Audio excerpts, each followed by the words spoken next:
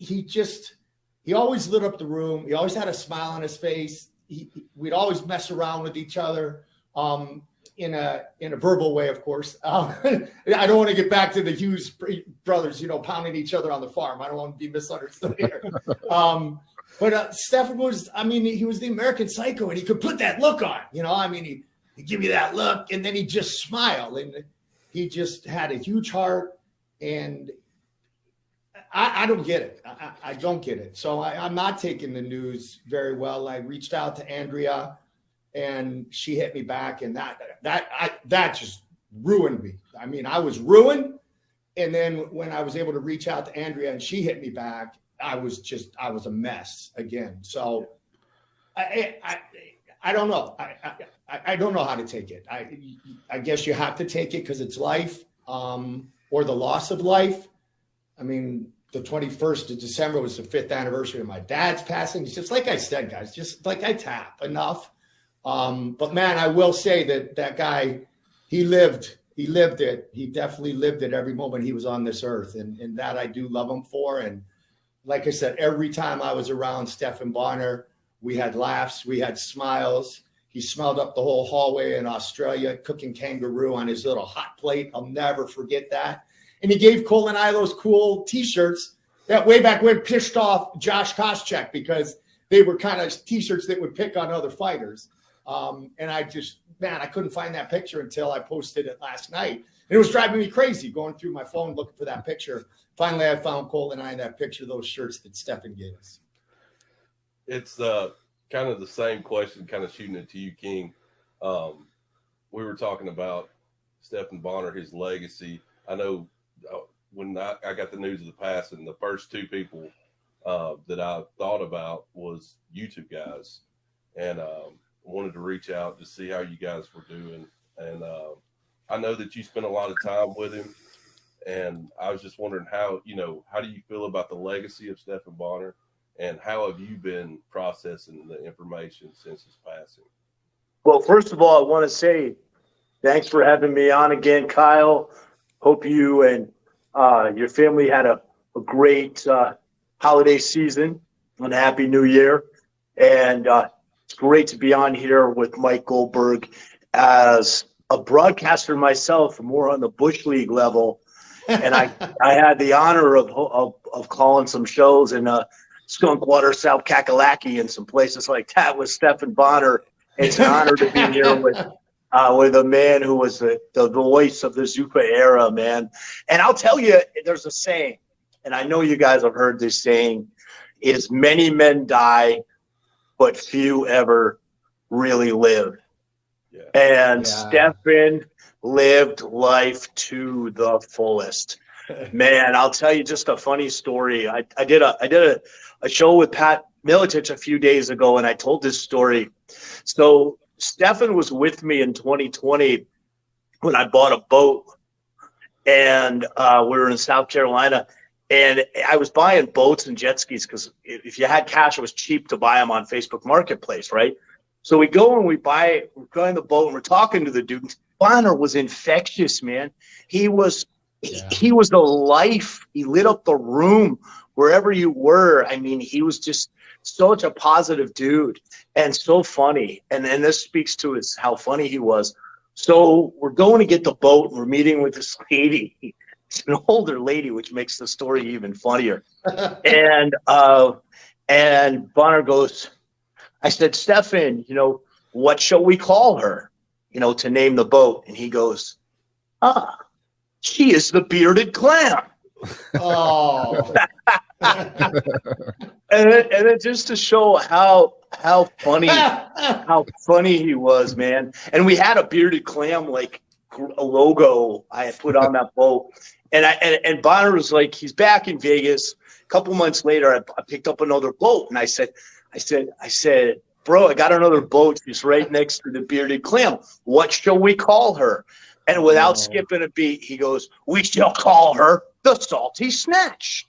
And she is right where she should be. Nestled next to the bearded clam. So, man, I'll tell you how it hit me. My daughter was singing New Year's Eve, and I was with family, and phone starts blowing up. And, I didn't think much of it. And I look, and the first thing I did when I saw the text was Google. And, you see the Wikipedia, and it didn't say that he had passed. And I didn't see anything in the news section of Google, right? So I just turned my phone off, went in. My daughter sang that night. And then later that night, I'm with family, kicking back, having a cold one, and I turn on my phone, and it's just even more and more. And, man, I don't know if you know this, Kyle, but Stephan and I have been writing a book the last 4 years. He was such a creative dude, man. It was called Chaotic Enlightenment, his title, and it's stories of his life. And they're great stories, man. I mean, fight stories, and I'm not talking about in the cage fight stories. Bonnar was a wild man. He was so much fun. I mean, God, when he was on the Jack Daniels 2 broadcasting together, we had a blast. Most people, when they hear the stories and they're like, "That's insane," I'm like, "No, it's fun." He was a good, fun guy, and the fighters always loved him at the local shows. And this book is stories of his life, and each story has a life lesson. And, he was in the hospital there on that stretch and got that nasty staph that almost killed him, lost all that weight. So when he came out of the hospital, we would put a little more work into the book, but he had other stuff going on, man. And I'll tell you, I feel as a gift to my friend, I need to get this book with these stories and his life lesson, and there's so much comedy in there, out there. So Briarcliff Sessions in Charlotte. I live down in Florida, but Briarcliff Sessions in Charlotte had reached out to me because they saw some of my social media stuff, and they're like, "We want to do something." They just have the guy Justin, who was running RondaRousey.com, is working for them now, and he reached out to me and want to partner of his with this Briarcliff Sessions. And what they want to do, and I think this would be really cool for Stephan, because if you see, he used to always, when we were selling gimmicks at shows, he always had that Ren and Stimpy shirt with him and Forrest. And I was telling that to these guys, and they're like, "Yeah, why don't we?" No one reads books anymore, man, especially nowadays. Why don't we bring this out in an animated audiobook form? Wow. Because some of these stories are hilarious. So that's a project that I want to make sure I see to completion, because I want to honor him. See, I mean, everybody knew Bonnar from fighting in the cage. Bonnar and I did do MMA broadcasting together, but we did pro wrestling together. We did that. I booked him on his first pro wrestling match. I got a hilarious story to go with that. We did the tag team matches together with the girls, with the Vixens. And his tag team partner, Summer Steele, and what Bonnar would always call her buns of distraction. You can't keep her off the buns.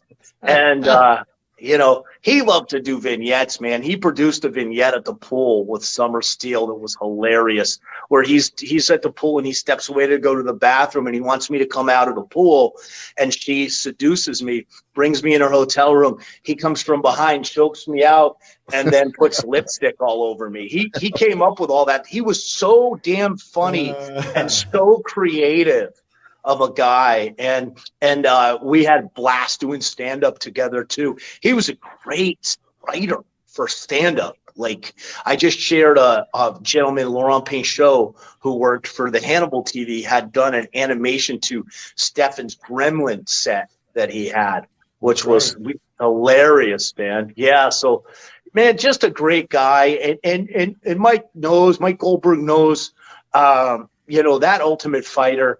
There is no way to understate the importance that Stephan and Forrest had. And I had just recently produced a commercial with Stephan and Forrest for Shoot Pro Wrestling. And Bonnar was going to be my broadcast partner, sadly, for the event coming up in the spring, which is actually has some high rollers, grapplers on it, and fight to win guys, and they were even getting some lower card guys from UFC. It was as the name states, it was a shoot pro wrestling where the matches were shoot, but the other aspect of that was the guy, Jake Shannon, who owns it, wanted us to do outrageous Attitude Era stuff outside the ring. And man, some of the calls that I was on with Bonnar about that were hilarious. He came up with the greatest stuff. And, you know, I still feel like he's with us, and I want to honor his memory on shows like this.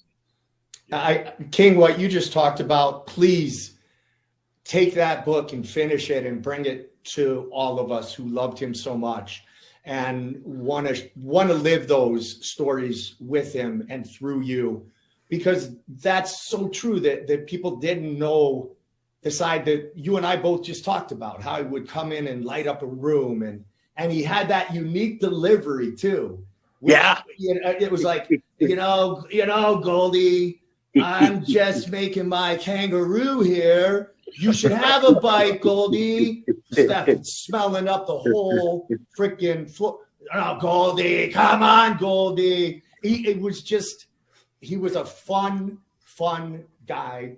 And I mean, the scene in The Ultimate Fighter with Diego and was it Asparagus? I can't remember. They were cutting the heads off. You can't just put the heads in. You can't make a shake. And they're about to go at it. And I went back and looked at that. Then you realize how young these guys were. Oh, yeah. When they did it and how long ago it was in 2005. But King, please, everything that you just spoke of, give it to us, because everybody would love to have it. And Stephan deserves to share those great stories. And you know what? His family and his kids and the legacy and everything that comes with it, they get to have those memories live forever. So I will be the first to purchase it.